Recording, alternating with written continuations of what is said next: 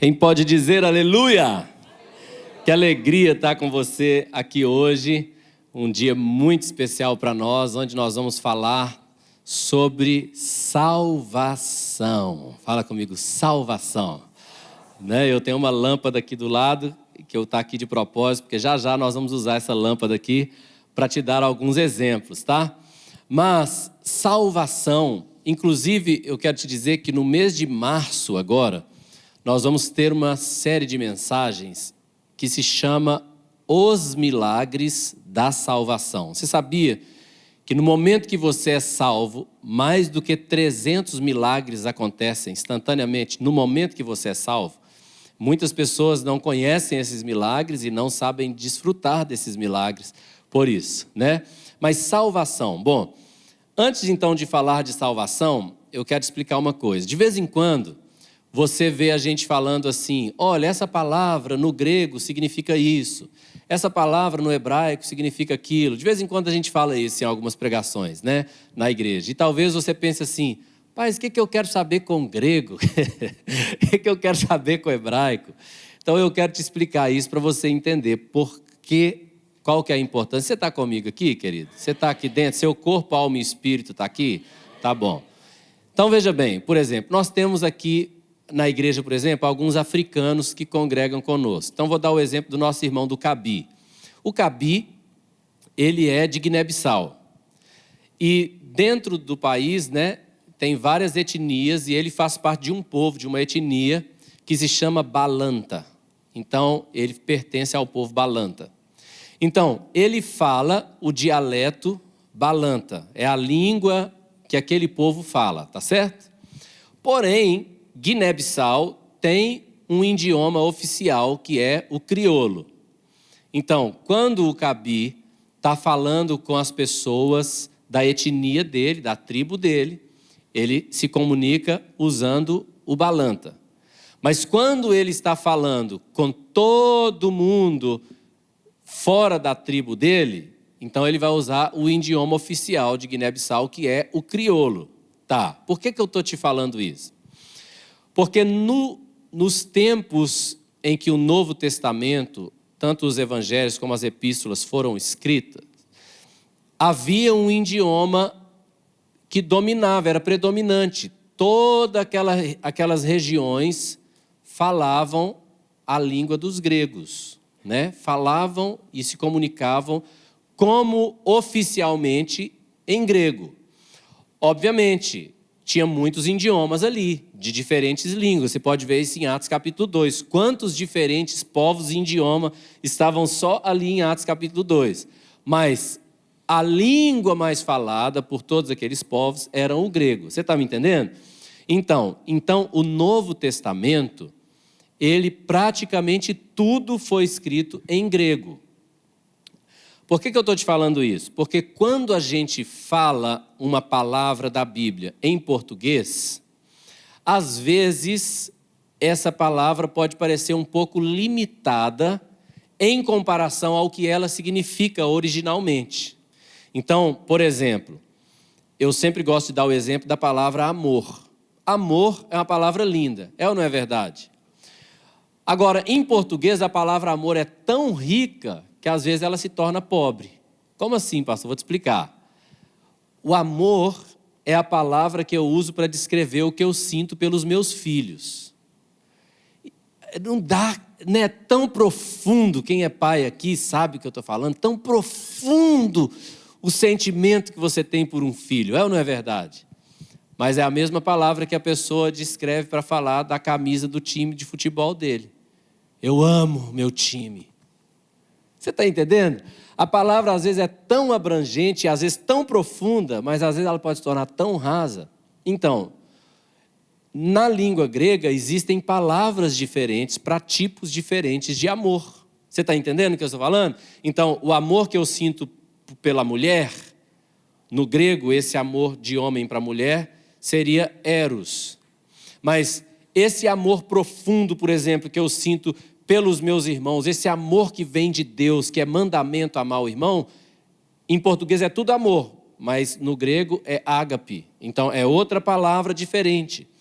Por isso, de vez em quando, a gente está citando o significado da palavra no grego para a gente buscar entender o que a Bíblia realmente quer dizer com aquela palavra. Você está entendendo o que eu estou dizendo? Então, quando nós vamos falar hoje da palavra salvação, a gente tem que tomar cuidado para a gente não fazer igual o amor, né? A mesma coisa que é para o filho tão profunda, de repente é tão rasa, é o amor pela bandeira, a camisa do time de futebol. A palavra salvação, muita gente interpreta ela de uma maneira muito rasa, assim. O que é salvação? É o bilhete para ir para o céu, né? E é muito mais do que isso. Então, a primeira coisa que eu quero fazer hoje com você é ler o significado dessa palavra grega, que é a palavra sozo.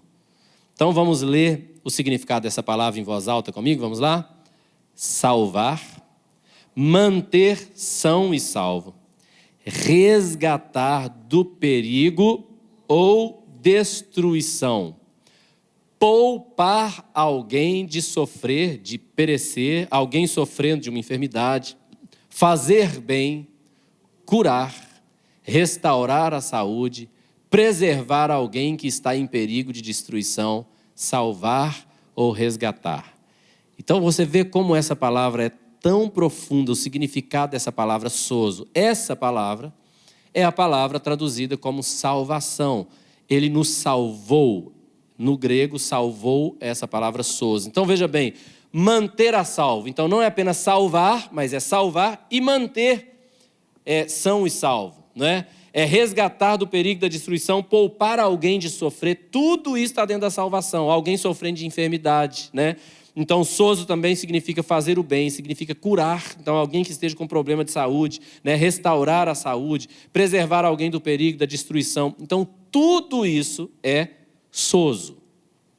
Então, quando a Bíblia diz que o Senhor quer salvar alguém, o Senhor quer fazer tudo isso com esse alguém, né? É tão lindo que agora, né, esse é o período de carnaval. Então, o primeiro culto aqui hoje estava lotado, porque quando terminasse o primeiro culto, tem um enorme grupo da igreja aqui agora que está evangelizando durante o carnaval, né? São 5 equipes, né, que estão envolvidas com esse evangelismo de carnaval, estão lá agora evangelizando, que o Senhor os abençoe, em nome de Jesus, né? Levando salvação a quem precisa. Agora, para entender salvação, eu quero começar lendo com você Gênesis capítulo 2, versículo 7. Diz assim: Então formou o Senhor Deus ao homem do pó da terra, e lhe soprou nas narinas o fôlego de vida, e o homem passou a ser alma vivente. Então, quando Deus criou o homem, ele criou o corpo do homem do pó da terra. Lá com suas mãos ele fez o corpo do homem. Agora, aquele corpo do pó da terra, ele estava pronto, mas não tinha vida. Então o Senhor soprou, fala comigo, soprou. Essa palavra fôlego, aí, fôlego de vida, é a mesma palavra para espírito. Então, o Senhor soprou o espírito para dentro do homem. Quando o espírito entrou no corpo, surgiu uma terceira coisa, que é a alma. Então, a alma nasce do contato do corpo com o espírito. Quem está entendendo? A alma é o lugar dos nossos sentimentos, emoções, pensamentos e assim por diante. Nasce do contato do nosso corpo com o nosso espírito. Por isso, eu estou com essa lâmpada aqui. Veja bem, essa lâmpada, eu quero te fazer uma pergunta. Essa lâmpada tem energia para trazer luz para nós? Não, não tem. Mas essa lâmpada é capaz de trazer luz para nós? Essa pergunta, né, é um pouco pegadinha. Porque sim e não. Porque não há mágica que eu faço, acenda, haja luz, que vai fazer essa lâmpada ter luz. Então, você vai imaginar agora essa lâmpada como sendo o corpo do homem. O corpo do homem que estava pronto. Mas o Senhor não tinha soprado ainda no corpo do homem o fôlego de vida. Então, quando eu coloco essa lâmpada aqui, o que acontece aqui? Eu pedi para deixar isso aqui desse jeito bem proposital, para você ver que aqui passa um fio, né? Aqui tem um fio, e esse fio tem nele a energia que a lâmpada precisa para gerar luz, né? Então, a lâmpada está aqui representando o corpo. O fio está aqui representando o espírito que foi soprado no homem. E quando a lâmpada entra em contato com o espírito, aparece a alma, a luz. Tá certo? Então, a luz é a alma, no nosso exemplo aqui, tá certo? Então, o corpo do homem, quando recebeu a vida do Espírito de Deus, ele passou a ser alma vivente. Agora o homem tinha essa luz. Tá certo, meu amado? Você está comigo? Você está me acompanhando? De forma que a vida do homem só veio a existir quando o Espírito soprou. Tá certo? Antes do Espírito soprar, não tinha vida. Agora, muito interessante, que eu quero fazer um paralelo com você, que Gênesis, capítulo 1, versículo 20, parte A, diz assim: disse também Deus: povoem-se as águas de enxames de seres viventes. É muito interessante isso aqui. Porque Deus fez o homem do pó da terra com a sua mão. Criou o corpo do homem. Mas o homem ainda não tinha vida. Ele estava assim, pronto, mas não tinha vida. Quando o homem se conectou com Deus, Deus se conectou com o homem através daquele fôlego de vida, ou seja, quando Deus soprou o Espírito, então, passou a ser alma vivente. Mas interessante que isso não aconteceu com os peixes. O Senhor não foi lá e fez o peixe e soprou a vida no peixe. O Senhor deu uma ordem para as águas, de forma que os peixes foram formados das águas, como se as águas formassem os peixes.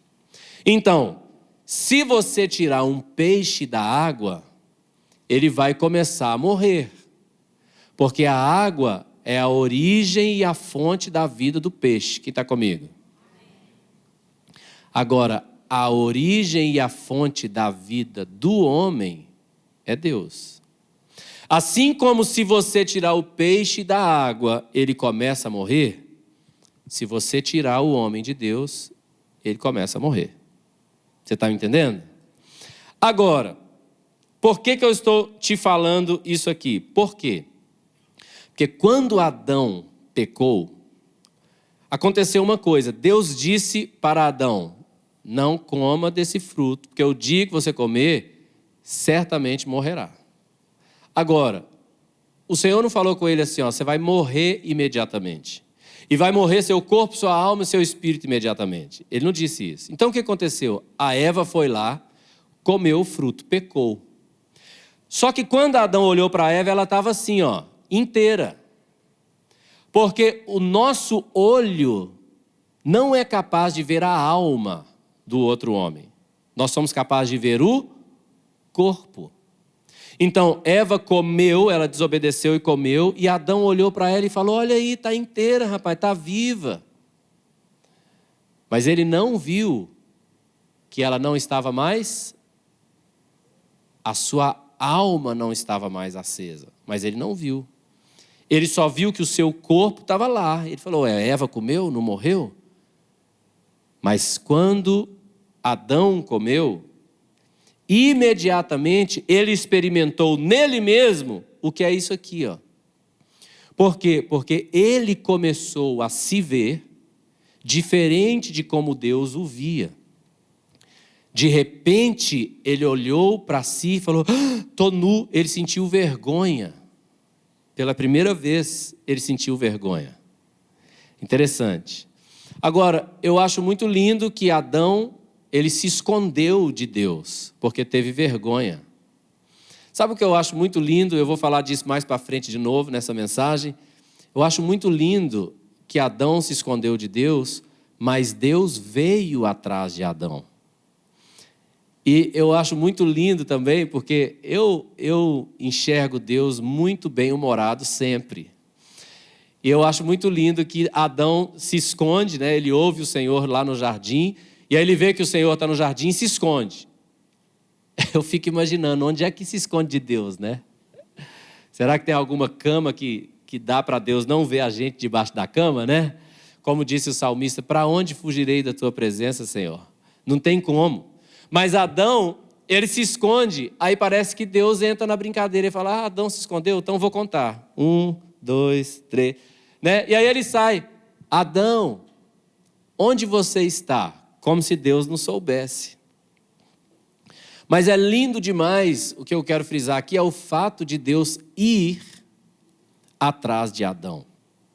Então, fica muito claro, e eu vou fazer isso quase que desenhado aqui para nós hoje, que se nós tirarmos o peixe da água, ele vai começar a morrer, tá certo? Ele morre imediatamente? Não. Você sabia que tem peixes que conseguem viver horas e horas fora da água? Você sabia que tem espécies de peixes que eles saem de propósito da água para trocar de lago? Eles se arrastam na terra para trocar de lago, vão para outra lagoa. Impressionante. Vivem um tempão fora da água. Mas, eventualmente, ele vai morrer. Você está entendendo? Então, agora, eu quero falar com você o seguinte. A Bíblia mostra Deus como um rio de água viva. Nós vimos aqui que aquele que confia no Senhor é como árvore plantada junto ao ribeiro, que estende as suas raízes ao ribeiro. Esse ribeiro é o Senhor. A Bíblia fala em Ezequiel 47 de um rio que sai do templo. E por onde esse rio passa, nascem árvores de um lado e outro, a vida. E quando esse rio atinge o Mar Morto, até o Mar Morto vive. Esse rio é a presença de Deus. O Senhor também fala, João capítulo 4, o Senhor fala com aquela mulher samaritana, se você beber da água que eu lhe der, você jamais terá sede, ao contrário, essa água se tornará uma fonte a jorrar para a vida eterna. Então, eu quero agora fazer a comparação com você, como se nós fôssemos esse peixe, só para fazer bem desenhadinho. Então, nós somos um peixe dentro do rio de Deus, tá certo? O que aconteceu com o pecado? O que é o pecado? O pecado, ele vem através de uma tentação de fora. Então a Bíblia diz, ninguém ao ser tentado diga por Deus sou tentado, porque Deus não pode ser tentado pelo mal, ele mesmo a ninguém tenta, ao contrário. Cada um é tentado pela sua própria cobiça quando essa o atrai e seduz. A cobiça, uma vez concebido, gera o pecado uma vez consumado, gera a morte. Então nós somos tentados pela nossa cobiça. Então, o pecado nasce, é como que uma isca que Satanás coloca lá na boca do peixe. Você está aqui comigo? Então, se você já pescou, se você já pelo menos viu um vídeo, né, de pescaria, você vai lá e coloca a isca para o peixe morder. Cada tipo de isca pega um tipo diferente de peixe, não é assim? Porque cada um de nós somos tentados por coisas diferentes. Tem coisa que tenta você, não tenta a mim. Tem coisa que tenta a mim, não tenta você. Não é assim? Agora, imagine então nós estamos lá no rio de Deus. Adão estava lá no rio de Deus. Satanás foi lá e colocou a isca na frente de Adão. Adão foi e mordeu a isca. E o que Satanás fez então? O que o pescador faz quando o peixe morde a isca? Ele puxou o peixe para onde? Para fora d'água. E agora o peixe está fora d'água, fazendo o quê? Morrendo. Quando o homem decide pelo pecado, ele decide pelo pecado, automaticamente ele decide sair do rio. Automaticamente ele decide se desligar de Deus. Por quê? Isaías capítulo 59, versículo 2, diz assim, lê comigo aí por favor em voz alta. Ó. Sua voz, você lembra como é sua voz alta ainda? Não? Vamos ver então. Mas as vossas iniquidades fazem separação entre vós e o vosso Deus, e os vossos pecados encobrem seu rosto de vós para que vos não ouça. Então, olha aqui, ó, o pecado traz separação.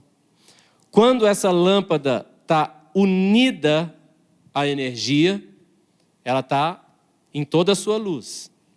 Ela está cumprindo o seu propósito, ela está iluminando. Mas quando essa lâmpada é separada da energia, ela se apaga.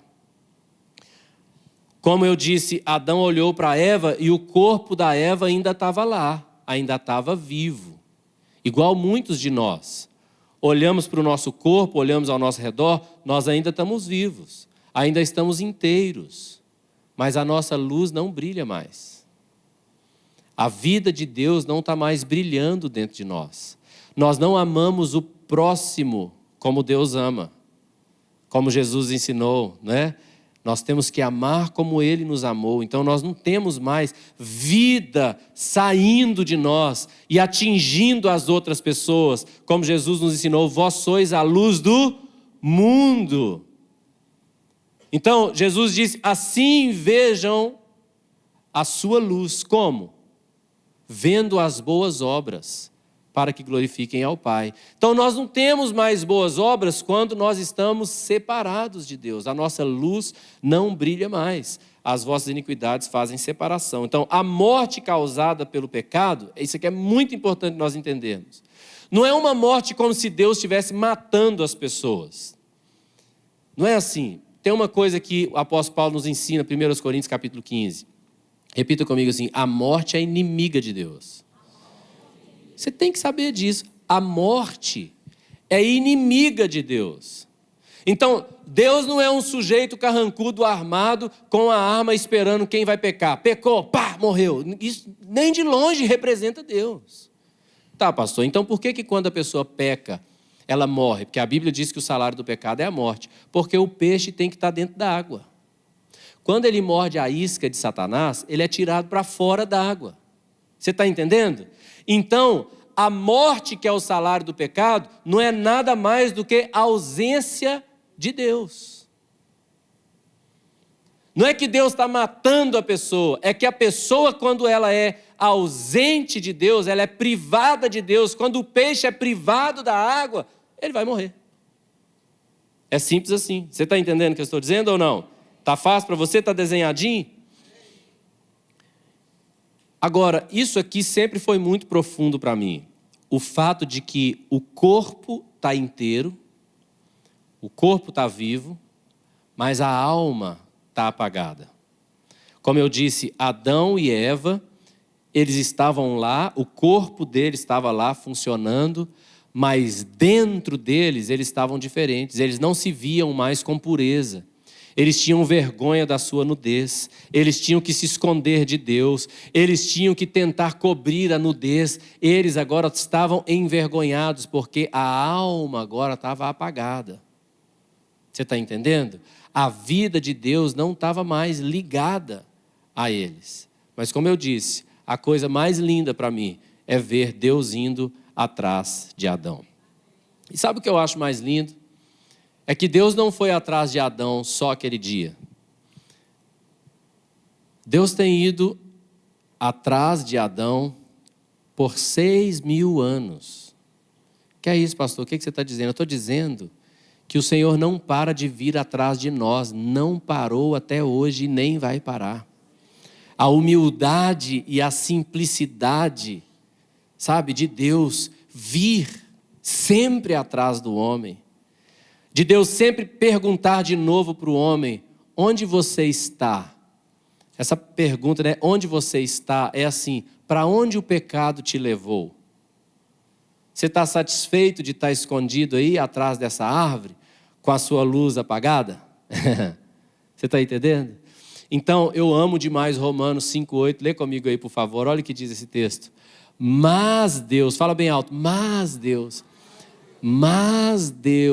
prova o seu próprio amor para conosco pelo fato de ter Cristo morrido por nós, sendo nós ainda pecadores. Deixa eu te explicar no desenho animado que eu estou fazendo do peixinho no rio. Nós éramos o peixinho no rio. O que é o rio? A vida de Deus. É Deus em toda a sua complexidade, em toda a sua divindade. É a vida de Deus. Nós estávamos todos como peixinho dentro do rio. Mordemos a isca e fomos puxados para fora do rio.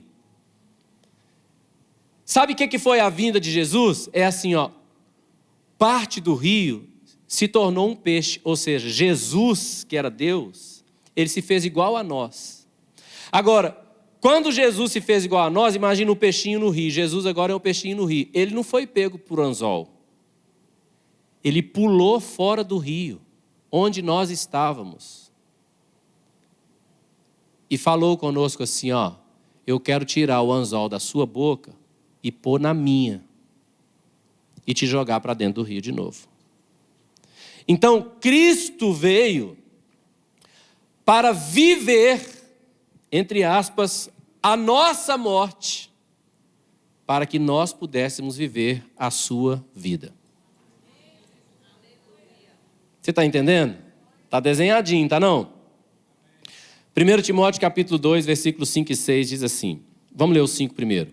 Porquanto há um só Deus e um só mediador entre Deus e os homens, Cristo Jesus, homem. Sabe o que é mediador? Conciliador, aquele que está entre duas pessoas trazendo a reconciliação.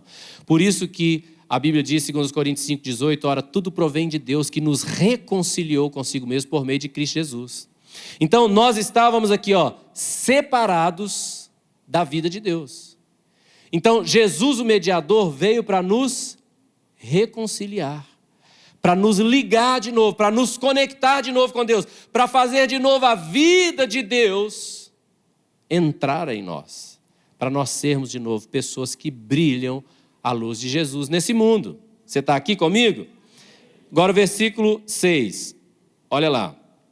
O qual, né, Jesus, o qual a si mesmo se deu em resgate por todos. Fala-se comigo, resgate. Mais uma vez, nós vamos usar aqui a palavra grega que é traduzida como resgate, para você entender um pouquinho do contexto aqui. Ó. Resgate significa o que é dado em troca por alguma coisa como preço de sua redenção. Resgate. Ou seja, quando Jesus, eu estou desenhando, viu, querido? Desenhando para ficar bem desenhadinho para você.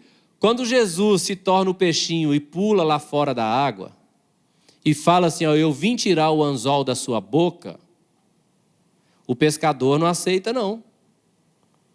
O pescador fala, opa, pera lá, eu peguei o peixe, eu tenho direito pelo peixe. Você não pode vir aqui, tirar o anzol da boca do meu peixe e levar o peixe embora. Você está entendendo? Então, o que Jesus fez? Jesus foi lá, diante do anzol, falou com o pescador assim, agora você vai tirar o anzol da boca desse peixe e vai pôr na minha boca. E Jesus pegou o anzol e pôs na boca dele. E olhou para nós peixinhos e falou, vai para a água. Isso é que significa que ele se deu como preço pelo nosso resgate. Foi uma troca, uma substituição. Não é simplesmente chegou e falou assim, pronto, você está ali e vai embora. Não, ele teve que pagar o preço da nossa morte para que nós pudéssemos viver sua vida. Você está entendendo? 1 Pedro 1, verso 18 e 19 explica isso. Olha o que diz o texto. Sabendo que não foi mediante coisas perecíveis, como prata ou ouro, que vocês foram resgatados da vida inútil que os seus pais lhes negaram, mas pelo precioso sangue de Cristo, como de um cordeiro sem defeito e sem mácula. Então, para que nós pudéssemos ser resgatados daquela morte, para que a vida de Deus viesse para dentro de nós, Cristo teve que morrer. E eu realmente acredito que dos momentos mais difíceis da história, da eternidade de Jesus, não foi o sofrimento dele por ter apanhado e sido humilhado. Nessa próxima série, nós vamos até falar no mês de março sobre o significado de algumas coisas que Jesus passou. Porque Jesus passou por humilhações terríveis, querido. Você já pensou alguém aqui agora agarrar você, arrancar sua roupa toda, deixar você nu e trazer você aqui na frente e ficar segurando você nu para todo mundo ver? Fizeram isso com Jesus. Agora, já pensou segurar você nu na frente de todo mundo, sem roupa, e começar a te bater, te espancar, na frente de todo mundo? Fizeram isso com Jesus. Não é? Jesus sangrou praticamente o sangue dele todo antes de morrer. Nós vamos falar mais disso na próxima série. Mas eu realmente creio que o pior momento da eternidade para Jesus foi quando Jesus já estava na cruz. E pela única vez na história, isso aqui, aconteceu com ele. Ele foi desligado de Deus Pai. Porque Jesus estava carregando o nosso pecado na cruz. A Bíblia diz que Deus o abandonou naquele momento. E o próprio Jesus, em agonia, ele falou: Deus meu, por que me desamparaste? Porque Jesus carregou o nosso pecado pelo único momento na eternidade. Isso aqui aconteceu, ele foi desligado de Deus Pai. Aquilo, com certeza, foi o maior sofrimento de todos pelos quais Jesus passou. Ser desligado de Deus Pai. Agora, o motivo é que Jesus carregava o nosso pecado e ele foi desligado para que nós pudéssemos ser ligados, reconciliados, conectados com Deus. De novo. Agora, nós vamos ler um texto aqui, vai ser o último texto que nós vamos ler hoje. Nós vamos ler 9 versículos de Efésios. Mas antes de ler, eu quero dizer, esse texto que nós vamos ler agora, ele foi escrito para aqueles que já haviam crido em Jesus. Portanto, já eram salvos quando o texto foi escrito. Você está entendendo? Então, esse texto é um texto escrito para aquele que já foi salvo. Ué, pastor, qual que é a diferença de quem foi salvo e quem não foi salvo? Eu vou te explicar, vou desenhar de novo lá na história do peixinho, tá certo? Muito bem, nós então estamos lá com o anzol na boca, morrendo fora do rio. O que é o rio? Fala comigo, o rio é Deus. Fala, o rio é a vida de Deus. Nós fomos tirados fora da vida de Deus por causa do pecado. Estamos lá com o anzol na boca, morrendo fora do rio. Jesus, que se tornou o peixinho, sem ter anzol na boca, ele vai lá e pula fora do rio onde nós estamos com o anzol na boca lá morrendo. Certo? Aí Jesus olha para nós, que agora o peixe fala, viu? Jesus olha para nós com o anzol na boca e fala assim: ei, eu sou o seu Salvador. Deixa eu tirar o anzol da sua boca. Eu vou pôr o anzol na minha boca e você vai poder voltar para o rio.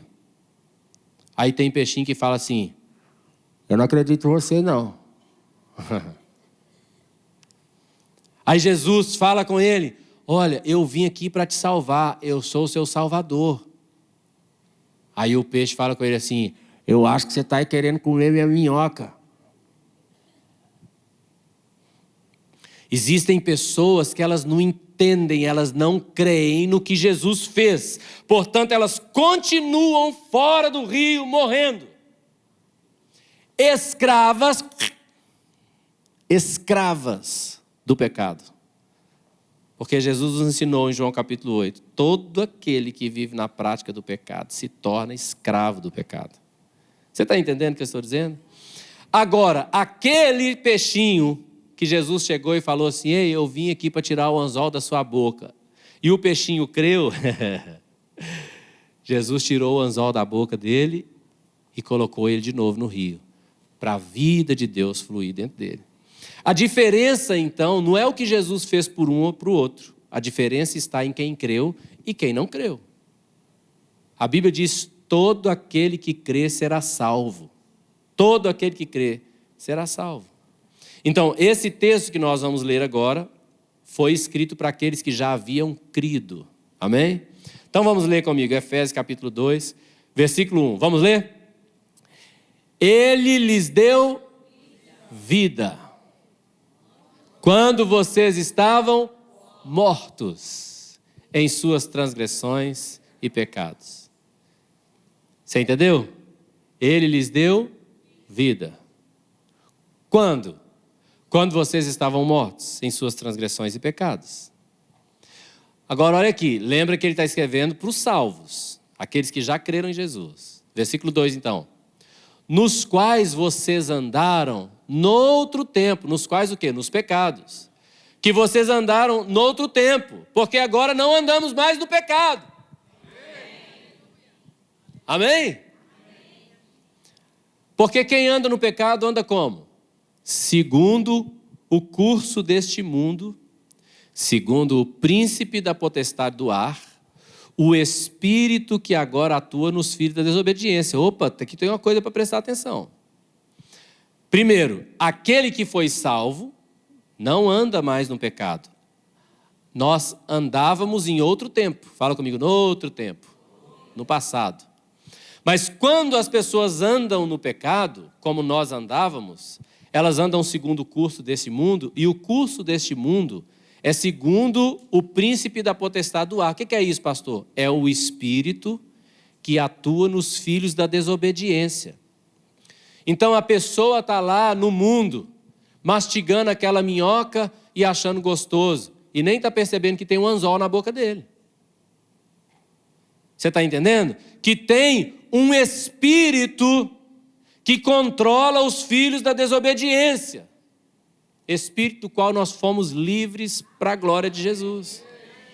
Então ninguém que está, querido, no mundo fala assim, eu vou parar de pecar, nunca mais peca. Lógico que peca. Está preso, é escravo.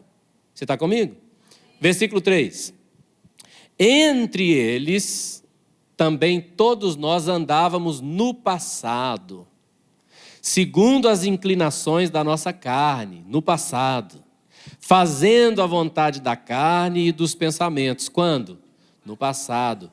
E éramos, por natureza, filhos da ira, como também os demais. Agora fala de uma maneira bem gostosa, assim, o versículo 4, fala, mas Deus, sendo rico em misericórdia, por causa do grande amor com que nos amou, estando nós mortos em nossas transgressões, nos deu vida juntamente com Cristo. Pela graça sois salvos. Amém? Vamos continuar? E juntamente com Ele nos ressuscitou. Por que Ele nos ressuscitou? Porque nós estávamos mortos. Mas juntamente com Cristo Ele nos ressuscitou. E Ele nos fez assentar nas regiões celestiais em Cristo Jesus. Deus fez isso para mostrar nos tempos vindouros a suprema riqueza da sua graça em bondade para conosco em Cristo Jesus. O que é isso aqui, querido? A graça de Deus, ou seja, o fato de que Deus ficou correndo atrás de nós. Como um dos textos mais conhecidos do mundo, João 3,16, porque Deus amou o mundo de tal maneira que deu o seu Filho unigênito, para que todo aquele que nele crê não pereça, mas tenha a vida eterna. Essa graça de Deus, que nos deu o seu próprio Filho, é uma graça muito, muito rica, como diz o versículo 7, deixa o versículo 7 na tela para mim, por favor. Olha bem, suprema riqueza da sua graça, em bondade para conosco em Cristo. Aí versículo 8, porque pela graça vocês são salvos, mediante a fé. Espera lá, deixa eu te explicar. Lembra da história do peixinho? A graça é Jesus se tornou o peixinho e pulou fora do rio. Certo? A graça. Aí ele falou com a gente, eu quero que você pula no rio de novo. Eu estou aqui para te substituir. Se eu não tiver fé para falar, entendi, Senhor, pode tirar o anzol da minha boca, eu vou morrer com o anzol na boca. Você está entendendo o que eu estou falando? Por isso que a graça não funciona sem a fé. Nós somos salvos pela graça, ou seja, tudo que Jesus fez por nós, quando nós temos fé no que Jesus fez por nós. E aí ele fala, e isso não vem de vós, é dom de Deus. Isso o quê? Essa fé não vem de nós, é dom de Deus. E ele termina dizendo, não de obras, para que ninguém se glorie. Deixa eu te falar esse não de obras para que ninguém se glorie. Tem gente que acha, de alguma maneira, mais ou menos assim: eu sei que eu estou apagado, que eu não sou digno, mas eu vou fazer assim uma coisa muito boa. Eu vou começar a ajudar muitos pobres, eu vou começar a visitar os doentes, e aí eu sei que a minha lâmpada vai acender. Deixa eu te falar uma coisa: eu posso esfregar essa lâmpada, posso beijar essa lâmpada, posso fazer carinho nessa lâmpada, ela não vai acender. A única coisa capaz de te trazer vida é a fonte. A fonte é Cristo. Você está entendendo? Lembra de João capítulo 1, versículo 1 em diante? No princípio era o Verbo, e o Verbo estava com Deus, e o Verbo era Deus, ele estava com Deus no princípio, e todas as coisas foram feitas por intermédio dele, sem ele, nada do que foi feito se fez. Você está entendendo? É Jesus que nos fez, nos criou. A única maneira da nossa lâmpada estar acesa, ou seja, da vida de Deus, da luz de Deus que era Cristo. Eu não continuei lendo aqui, mas se você continuar lendo lá o Evangelho de João capítulo 1, vai falar: ele era a luz. A luz. A única maneira de nós termos a vida de Deus, querido, não é esfregando a lâmpada, não é fazendo boas obras, não é por merecimento. É pela fé no que Jesus Cristo fez por cada um de nós. Você está entendendo? Uma coisa que nós vamos falar nessa próxima série aqui é sobre, eu falei, né, os milagres da salvação. Mas uma das coisas que nós vamos falar é o que o Senhor fez com o nosso passado, o que Ele fez com o nosso presente e o que Ele fez com o nosso futuro. Então, no momento que você foi salvo, muitas coisas aconteceram com o seu passado. Então, por exemplo, você foi perdoado. Fala glória a Deus, aleluia, obrigado Jesus. Você foi perdoado. Você foi justificado, ou seja, você foi tornado justo diante de Deus. Certo? Você foi regenerado, ou seja, você foi feito de novo no seu espírito. Tá certo? Então, o que acontece?